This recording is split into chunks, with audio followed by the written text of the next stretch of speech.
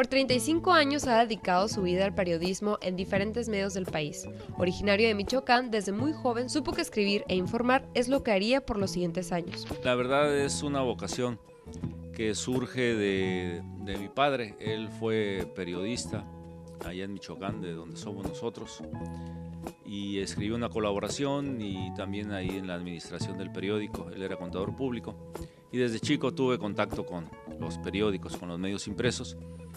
Y ya viviendo en Puebla, pues me fui a estudiar periodismo a la Ciudad de México, a la escuela Carlos Septién García, porque en Puebla no había carrera de comunicación en esos años. Y de ahí empezó todo.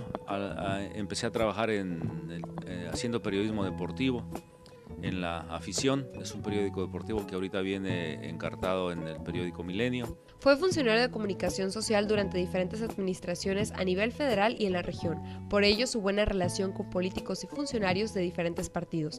También fue director del Instituto Electoral de Baja California. Su labor periodística le inició en El Sol de México en los deportes y posteriormente llegó a Tijuana, siendo uno de los mayores retos de su carrera, donde sería corresponsal de Televisa México y el único reportero del periódico El Mexicano, y así recuerda su primer nota. La principal fuente de información de Tijuana era el vuelo 170 de Aeroméxico, que llegaba a las 8:30 de la mañana, y como no había otra vía que llegaran ni mayores vuelos, pues ahí venían todos los políticos y gente importante que llegaba a Tijuana a desarrollar cualquier actividad.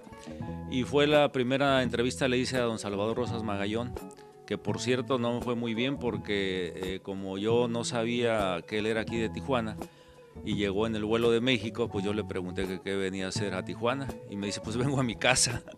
Él en ese tiempo era un connotado dirigente nacional del PAN, que no era no tenía mucho posicionamiento ese partido, ¿verdad? Por lo menos aquí y en otras partes, pero él era una figura muy importante y esa fue mi primera entrevista. Además tuvo una gran aportación dentro del sector turístico, abriendo un espacio dentro de este periódico, difundiendo las virtudes de nuestra península.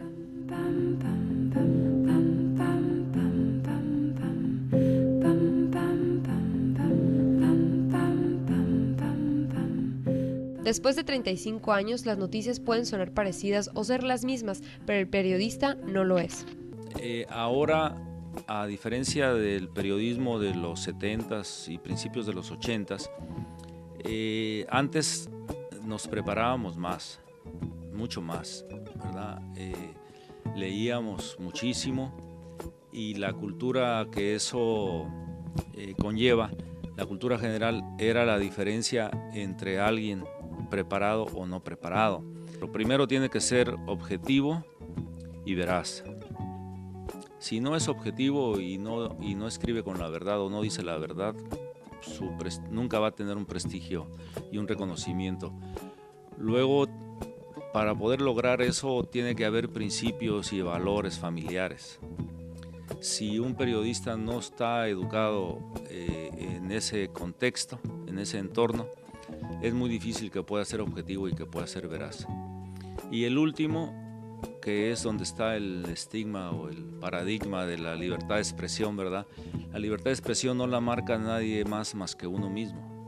Uno sabe hasta dónde llegar, uno sabe cuando está mintiendo, cuando está escribiendo más de la cuenta, cuando está perjudicando al involucrar a un hombre, a una persona que no debe hacerlo. Entonces la libertad se la tiene que marcar uno mismo para evitar caer en el llamado libertinaje de expresión. Para Hola California es Pablo Mañón y Gabriela Reyes.